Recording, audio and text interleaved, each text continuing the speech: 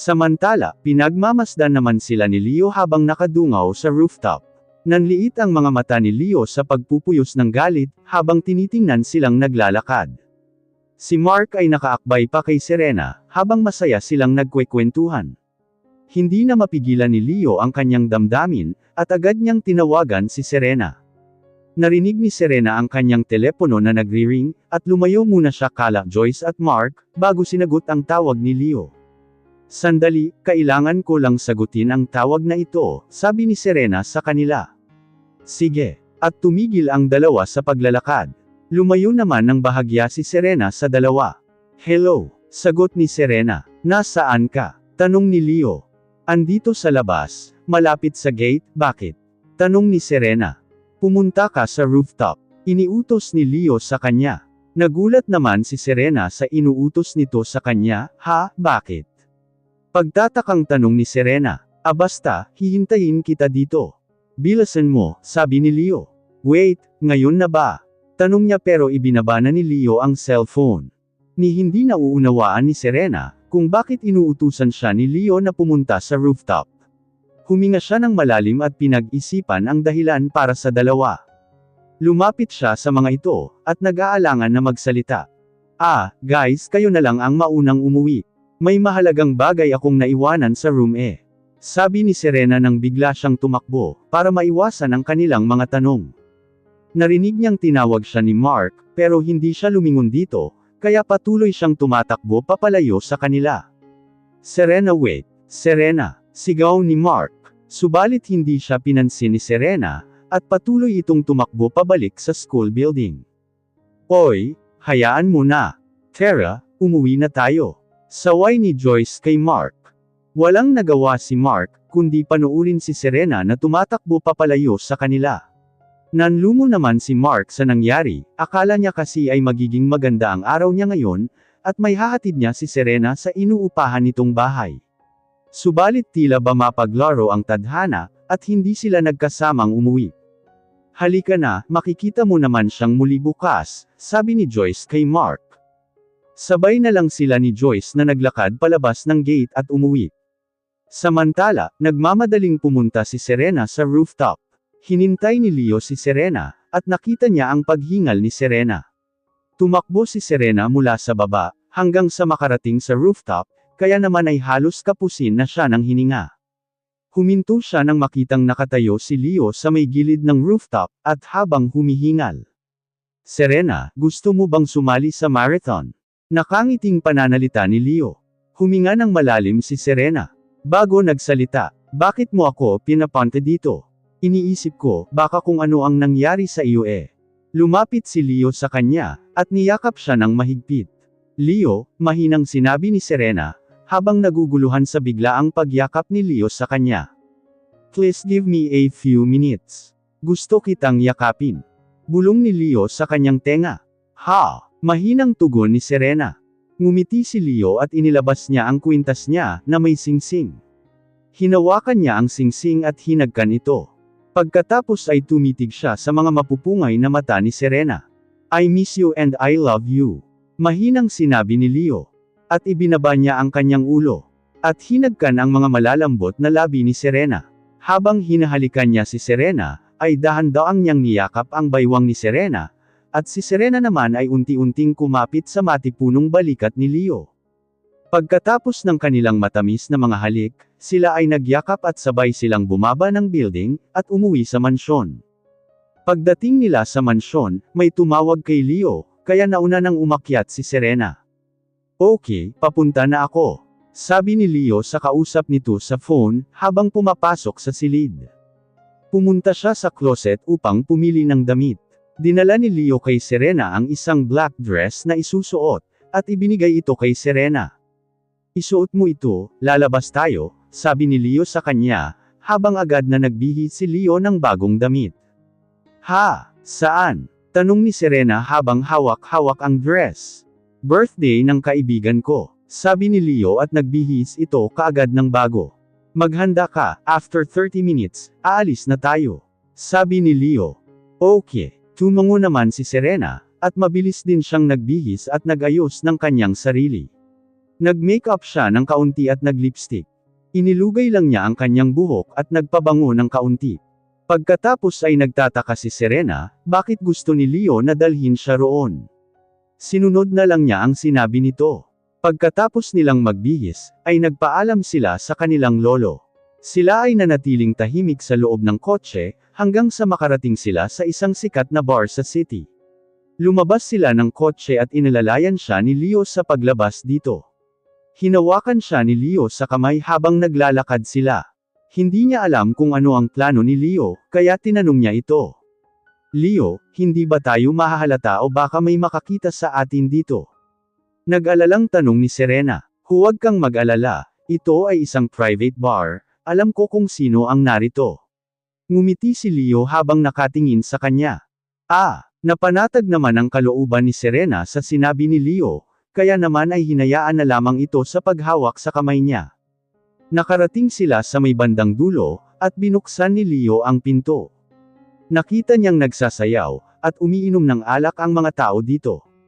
Nagpunta sila sa isang sulok, na may mga 4 na lalaki at isang babaeng nakaupo sa itim na sopa. Narito na pala ang hinihintay natin. Sabi ni Troy habang nakatingin ito sa kanila. Si Troy ay gwapo din, at malakas ang sex appeal sa mga babae na medyo moreno. At binabati sila ni Leo ng maligaya. Happy birthday bro, sabi ni Leo at medyo niyakap si JM. Si JM naman ay mukhang giniya sa kanilang barkada, dahil sa salamin nitong suot. Simple lang ito at medyo formal kung manamit. Pinakilala naman siya ni Leo at inakbayan, habang ipinapakilala sa kanila. Siya nga pala, ito si Serena, my girlfriend. Sabi ni Leo at ipinaalam ito sa kanila. Hi, hello, ngumiti si Serena sa kanila at kumaway. Kahit na nagtaka siya sa sinabi ni Leo na girlfriend at hindi wife, ay hindi na lang niya ito pinansin. Yun all sa wakas, mayroon ka ng girlfriend. Sabi ni Troy habang nagtatawanan ang lahat. Pagkatapos ay umupo sila. Inalok sila ni JM ng pagkain at inumin. Serena, saan mo nakilala si Leo? Tanong ni Dave. Si Dave naman ay mukhang seryoso sa unang tingin, pero mapagbiro din ito. Cute ang mukha nito at may katabing babae. Sa school. Sagot naman ni Serena bago samubo ng cake. Gaano katagal na kayo? Tanong naman ni JM, na parabang tinitingnan kung nagsisinungaling siya o hindi. Ano ang ginagawa nyo? Investigator ba kayo? Tanong ni Leo, at nahalata niya ang mga tingin nito sa kanila. Oo, huhulihin ka namin, baka dahil nandadaya ka lang. Sagot ni Dave, at pagkatapos ay sama-sama silang nagtawanan. Leo, inilagay mo ba ang helmet ni Serena? Para kung mahulog siya, hindi kanya iiwan, sabi ni Troy. Lahat sila ay muling nagtatawanan. Namula naman ang mukha ni Serena, dahil sila ang pinag-uusapan ng mga ito. Mga sira, sagot ni Leo at muli silang nagtawanan. Kahit si Serena ay natawa na rin, napansin niyang may kakaiba kay Leo. Hindi niya ito nakitang nakikipag-berwan sa iba ng ganito. Lagi lang kasing aloof si Leo sa school, walang kinakausap kundi si Alfred. Kapag may lumapit naman ay iniisnaban niya ito o nilalayuan. Masaya silang panuuri na tila ba mga bata na nagtatawanan. Sana laging masaya si Leo, at kahit hindi niya kasama ang barkada niya, ay masaya pa rin siya sa piling niya.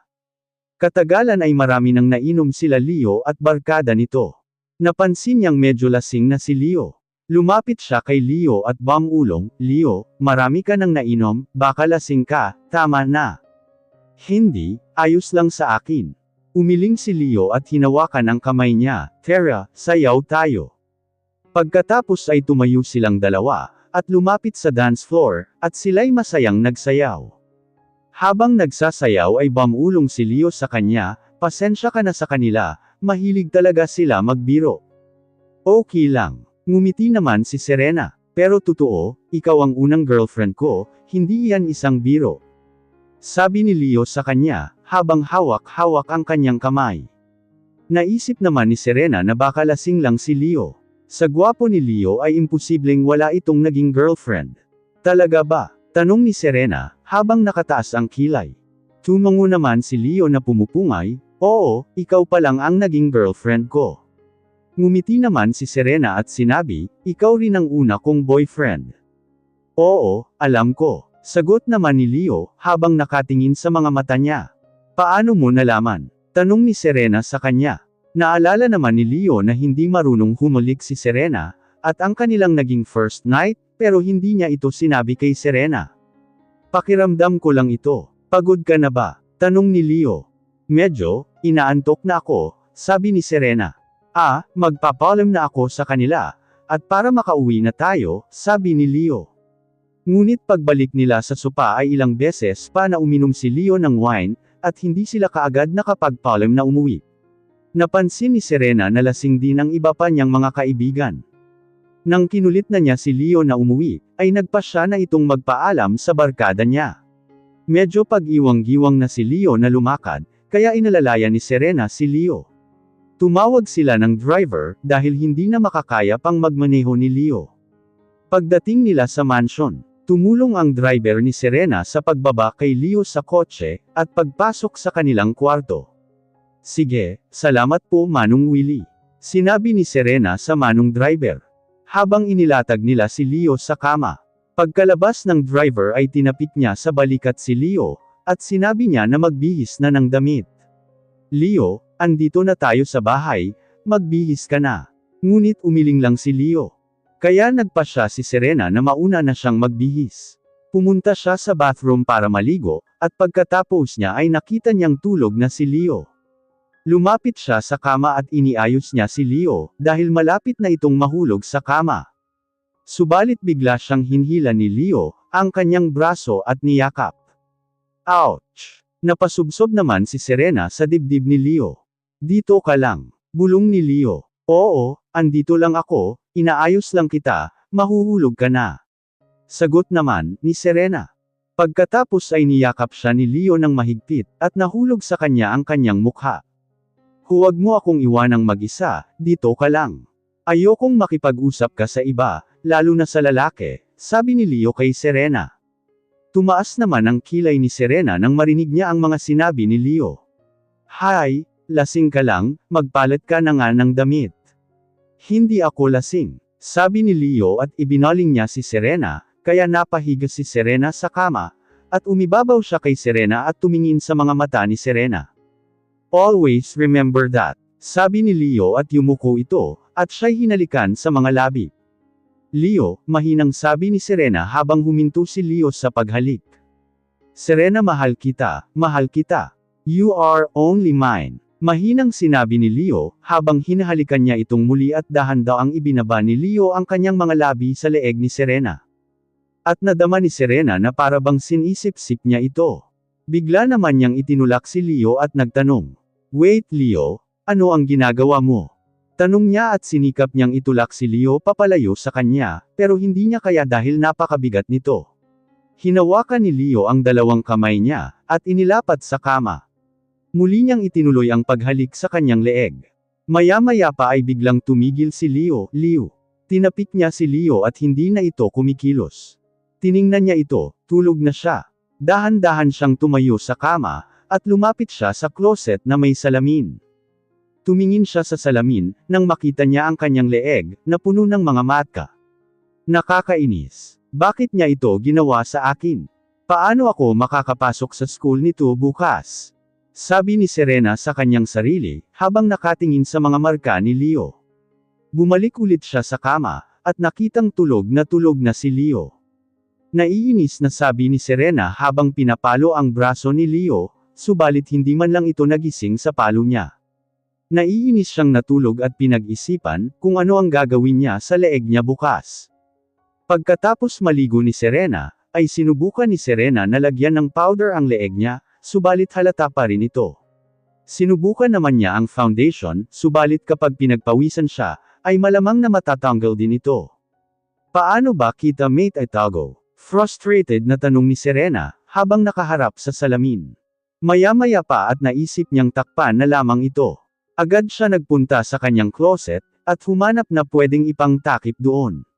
Nakita niya ang marron na shawl, agad niya itong kinuha sa may hangiran, at humarap ulit sa salamin. Nilagay ni Serena ang shawl sa kanyang leeg, para itago ang kanyang mga marka. Leo, mula nang gumising siya at hanggang pumasok sila sa school, ay hindi niya ito inimik.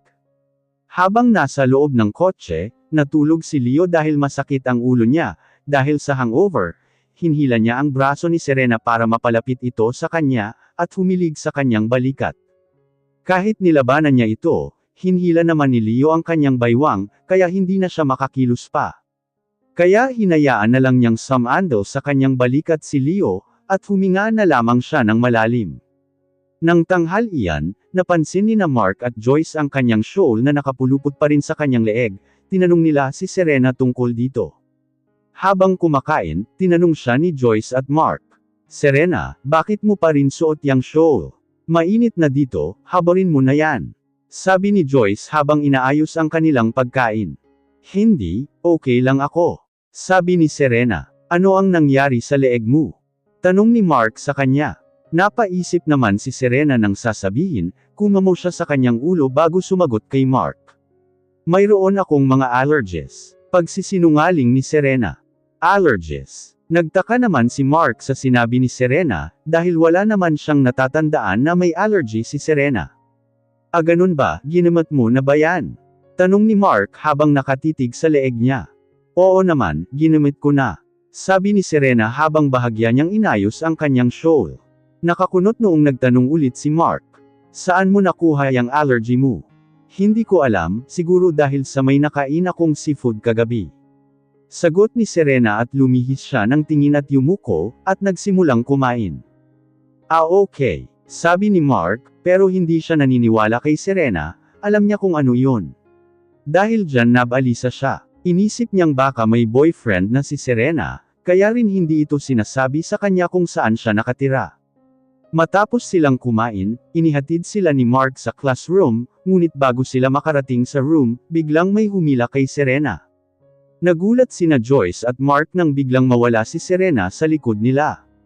Agad namang naghanap si Mark at Joyce. "Let me go," sinabi ni Serena kay Leo, habang mahigpit siyang hinawakan sa kanyang braso. Isinandal siya ni Leo sa dingding, at mariing kinausap. "Bakit mo pa rin siya kinakausap?" Galit na tanong ni Leo sa kanya. "Ano naman yun? Kaibigan ko siya, kaya syempre kakausapin ko siya. Wala akong ginagawang mali." Pagtatanggol ni Serena sa kanyang sarili. "Kaibigan, lagi kang kasama niya, at magiliw kang nakikipag-usap. Ibig mong sabihin ay gusto mo siya?" Galit na sabi ni Leo sa kanya. "Ano? Hindi, wala akong gusto sa kanya." Kaila ni Serena. Lalo pang lumapit si Leo sa kanya, at ang isang braso nito ay isinandal sa dingding, at isang kamay ay dahan-daang humaplo sa kanyang pisngi. "Lalaki din ako, kaya alam kong may gusto siya sayo," sabi ni Leo habang hinahaplos ang pisngi ni Serena. "Kung hindi mo siya iiwasan, lagot ka sa akin," sabi ni Leo habang dahan-dahan niyang binubuksan ang butones ng blusa ni Serena. Sa katayuang iyon nakita sila ni Mark. "Serena," tumawag si Mark at agad niya silang nilapitan. Biglang nagulat si Serena at Leo nang makita si Mark.